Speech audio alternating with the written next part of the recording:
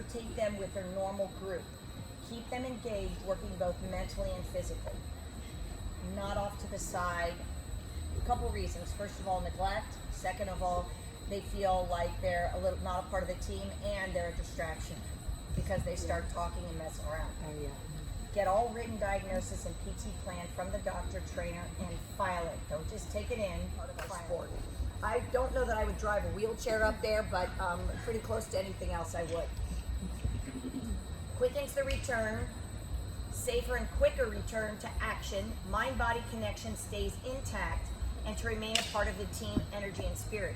That's the why to take the time to do the stuff I'm going to show. It did so much for their spirits. You know, I took individual pictures, showed them it when I was done, and then when I came back from National Congress, I said, you guys are famous now. You know, those are the kind of things that we do, I feel, so that kids don't quit and give up during injuries.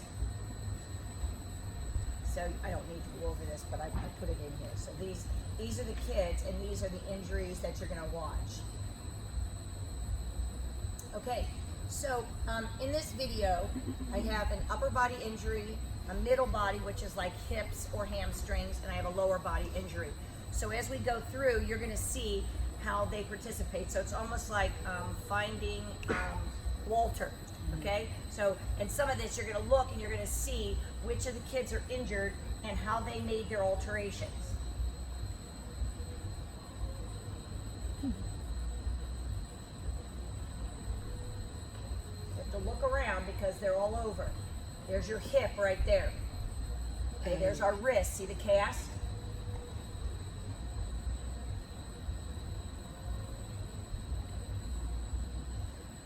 As much as we all hate casts, I like casts sometimes because it's safer and they can do more. They're protective, you know? Boots are the same, but they're quite cumbersome. Okay, so in a vault rotation, so I'm going to take each event, and like when I write a training plan as far as like the complex for vault, I always do it in chronological order of the vault. So they have like say the regular training plan will have a couple things for each of these categories. So I do the same thing for the injured athlete. This is unfortunately another gymnast wrist. So we have upper body on the first one, hip on the second one, and obviously boot on the third one. So when everybody's doing the run part of the conditioning,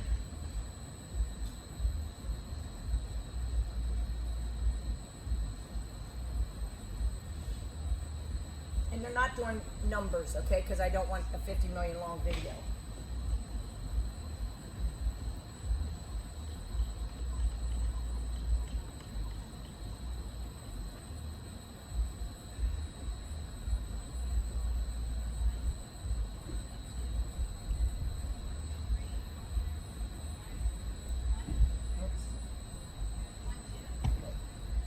I want to turn my voice off.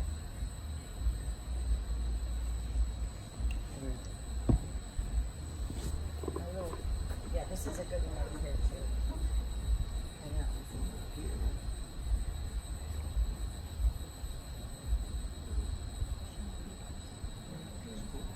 That's good. No, you're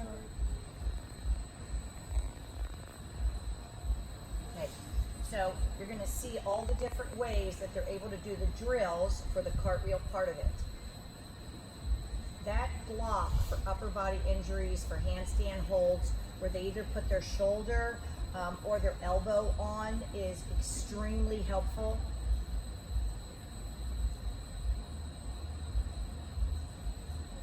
She's still creating muscle memory. She's not going to atrophy as much of that left leg. You know, when they don't do anything, not only do they atrophy the calf and the ankle, it gets to be the quad, the hammy, the hip, and then you start risking injury on that side of the body.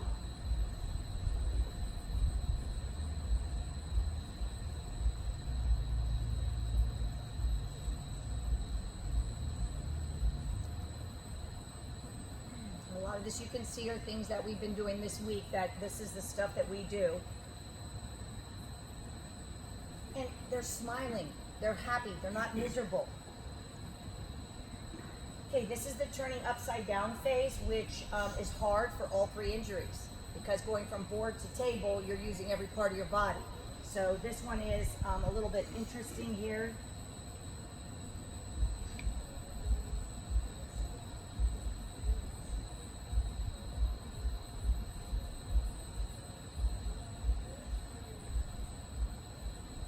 every injury there is there. Now let's say that is the one with the hip flexor. So she had to have a little bit of a different alteration in hers.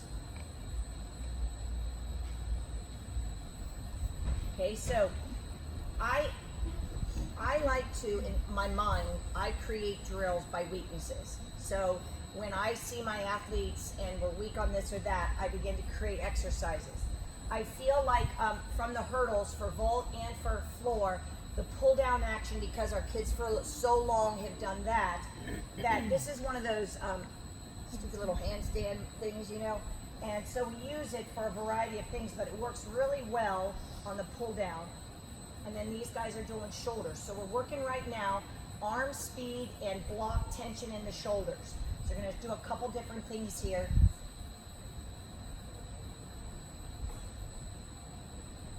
See, she's not going to lose that much. So when she comes back, it's not going to be like such a big deal. Okay, this is off the table. So if you're following me, we've done every phase of the vault. I really like this. You know how we've been talking, and I'm sure Mike too, about hip lift? When they have to have something over their head and they can't rotate with throwing their head back and throwing their shoulders back because they can't use their arm swing, they're going to learn how to use their hips. So when we want them to learn how to use their hips, we have to find a way to not let them use their head or use their arms so much. Okay, I think she does the cruises. These cruises are amazing because they teach the front side, the back side, getting off the floor, getting off the table, rotation with your hips. Because if they don't rotate, you'll see the clan up, that's the counter rotation a little bit, and you try to get rid of that. This teaches them how to, this is a great athlete, but very counter rotation. All of her double somersaults have the same exact issue. So by drilling this over and over and over, hopefully it's going to help not just vault, but it's going to help floor. Okay, this is an oldie for me, but this is, a lot of you have probably seen this. But I love this because it's one of the few ways to teach the hardest part of the vault, and that's the snap off the table. There's just, I'm sure you find it's hard to find exercises to do that. You know, a lot of wrists, if you do this with their hands, you're protecting the wrist as if they had, even if she didn't have a cast on. But you can see how she's able to do that. And then that's how you teach the twist out of it. So it's just, this is, again, most of this stuff is all stuff that I'm doing with healthy kids too. Okay, now this is just, so now they have, say they've done their, oh, let me say one more thing. I'll let you watch this first. So each one of them has different things that they are doing. See, she's doing some hip things with the ball, she's doing her ankle, she's doing her upper body. So now they're doing all of their individual therapies.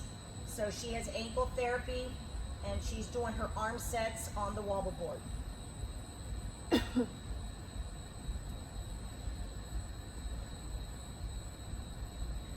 Okay.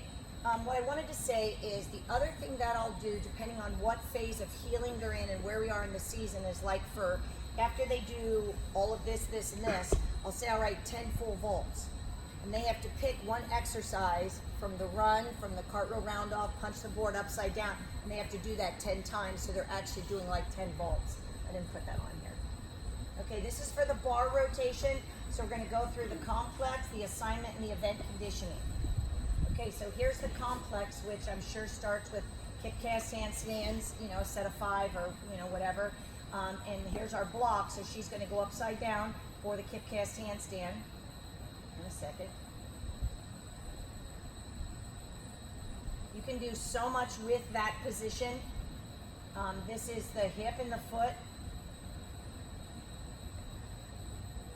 Okay, and if you remember, you know how I said I put stuff everywhere in my gym to try to keep the atmosphere positive, and there's reminders. There is this kind of stuff. Every day is a chance to get better. You know, it's all over my gym in different places, not just for the athletes, but for the coaches too. So, you know, whatever the other bar conditioning is for whatever level is great for straddle cast handstands.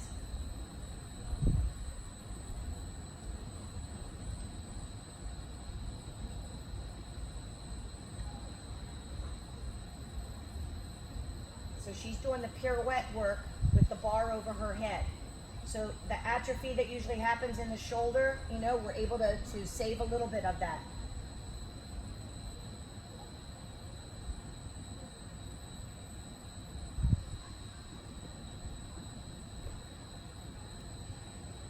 Okay. All right, now, this is a little bit more on actual pirouetting. Just more drills for on the phase where we're either doing giant halves or giant fulls or toe fulls or whatever. They're doing something to be able to work on their pirouetting.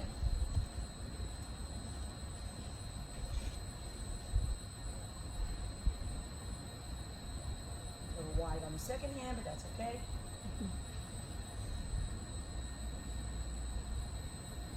Okay, so I think you get the picture there. Yes, sir. So do you have a list already written out for what the injured athletes do, or when you get to each station, the team does this? I mean, these are all kids that right now, I think she's on the bar a little bit, but she's still doing a lot of the complex work with the rail. So this is for their circles. So this is for their clear hips. See the activation up in the shoulders that we've been talking about all week. Okay, now these are for your toe handstands, and they're going to lead with the back of the wrists on the way up and the front of the wrists on the way down. And notice how they're keeping the arms and the ears connected. Those are for their toe handstands. Now these are for their Stalder handstands. And even if they don't do all three of them, is any of this going to hurt them? Absolutely not. So that's the circle complex.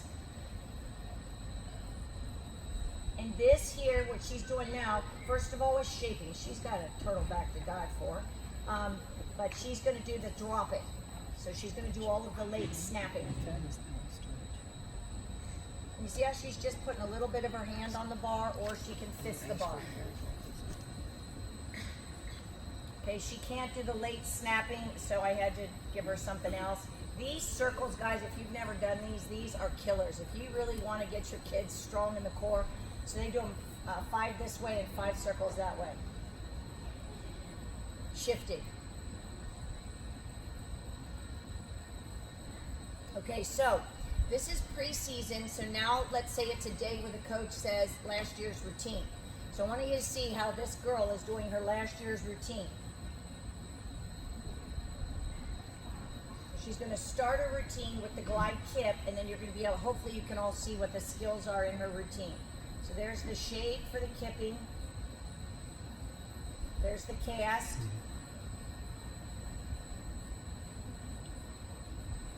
There's the toe handstand. She's doing she doesn't really do like 3, but I put that in there. I like the little girl picking her nose off. She jumps to the high bar. She has a hecht.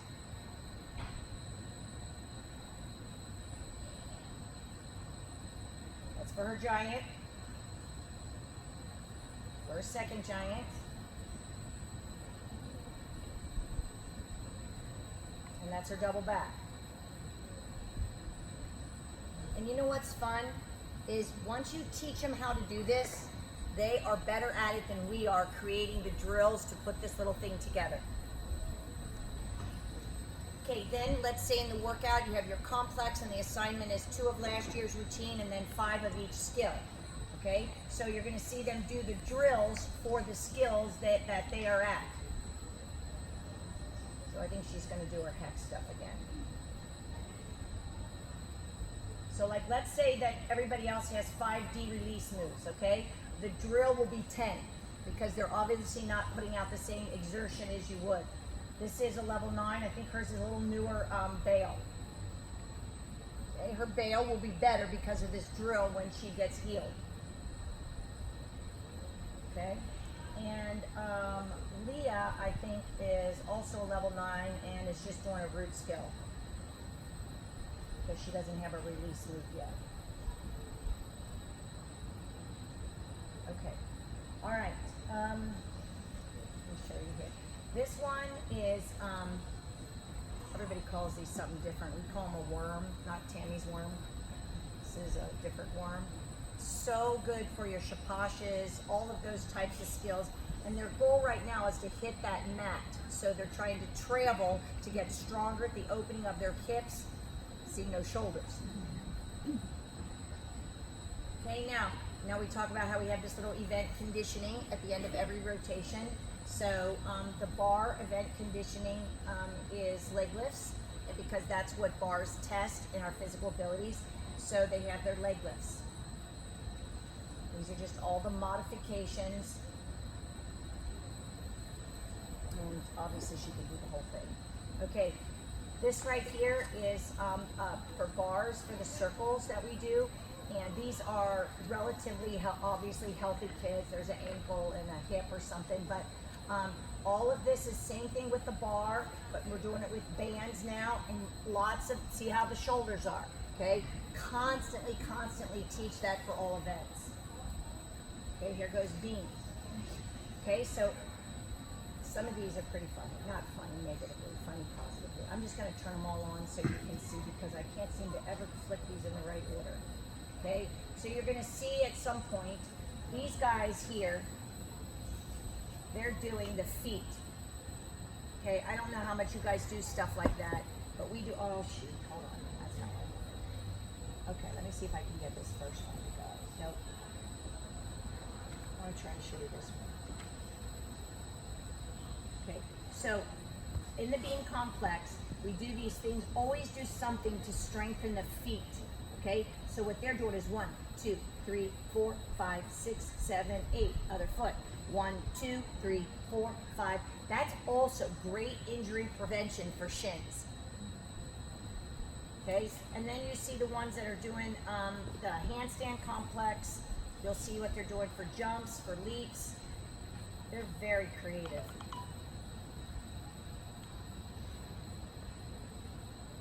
Okay, that's the handstand step-ins for beam. And like you can see, even the girl that can't put her wrist down, she's still getting the exercise.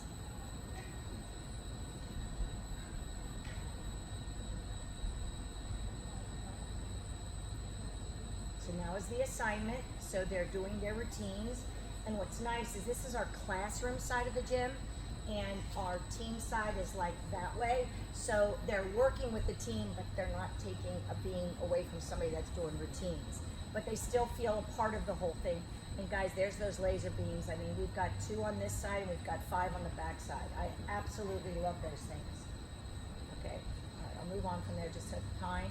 Okay, here's their event conditioning. Anytime you can do core on the beam or active flexibility, you are working double time, because they have to stay so much more square when they're on the beam than when they're on the floor, and they can wobble around a little bit more.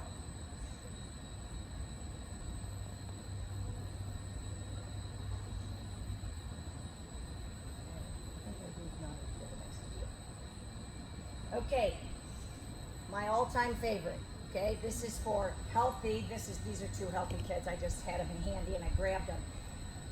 Those right there are 10-pound weights. Now you can do the little guys, you can literally put a foam block on their legs, because when you have to keep something from slipping off or falling off, your activation is pretty strong. And like this is the Lily kid I keep talking about. She has knobby knees and a horrible toe point, and she's really little, and her muscle activation starts like that, and by 3 seconds later it does this. So I have to create lots of things for muscle activation for her. So this is body and mind.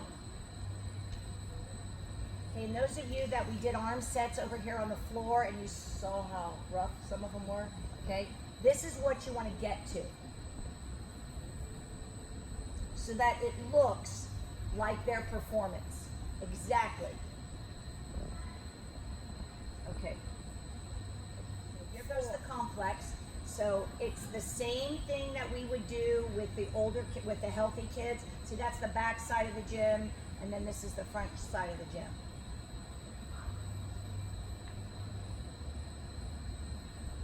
But nothing is fast. Okay? So if they're just walking across the floor with their arms over their head, you see maximum extension and tightness. They don't just kind of, sort of. But again, like that's the culture that's created. Like even if you're the injured kid, nothing is done halfway. Everything is about excellence.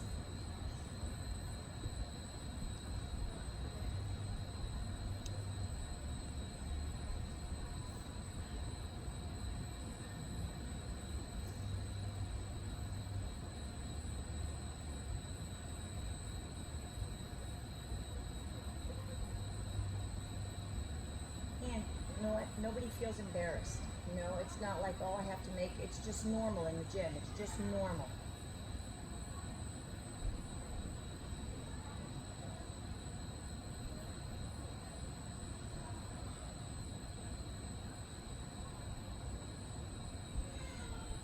That's for cartwheel, back handspring, back handspring, back handspring.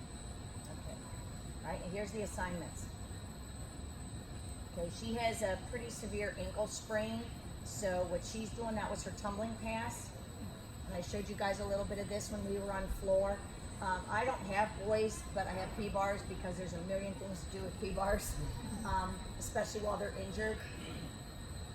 So for each tumbling pass, she is sprinting, and in the background, her music is playing.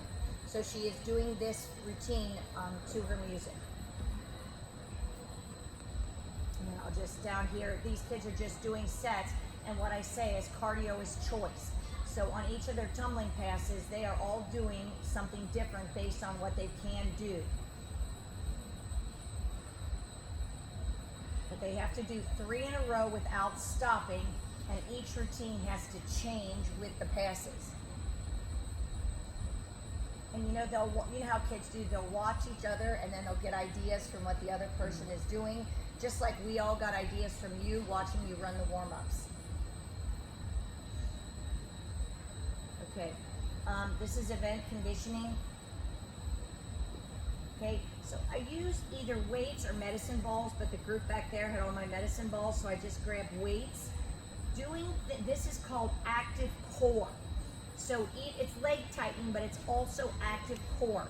You know, too many times our kids, see that really made a little bit of an error there. Doing things like this in releve makes them tighten and have leg tightening, but at the same time, they must keep their core. So this is what I call like a whole body activation. They're active in the arms, they're active in the core, they're active in the legs, they're active in the feet. Whole body. And that's just another way to do arm sets. There was no space. There were people everywhere. On the beams, there was a group, the bars, and I know everybody deals with that. So you get creative and you improvise. Those arm sets, coaches, for healthy and injured as well, and most of them, these guys all do MC. So they're saying their words, they're doing their arm set, they're doing muscle memory, and they're doing leg tightening. Obviously, I'm a multitasker. This is just some ideas, coaches, on leg tightening. I feel like we do exercises, we do lots of circuits, but we don't do things with muscle endurance, where for a minute 30, let's say, which is what a routine is, where they can never release the activation of legs and quads or arms. Like you saw how many kids this past week were grabbing their arms because their arms were tired. If when you do the small things, they have to activate everything, then they're conditioning and they're getting stronger in those positions. See the knobby knees and the ugly feet? So I have to work on that constantly. She has a whole individual circuit just on feet. Okay, you get the idea. Oh, that's what we did the other day on the rollers, remember, for leg tightening? Again, I had no space, so we did them on the tumble track. Okay, now this is just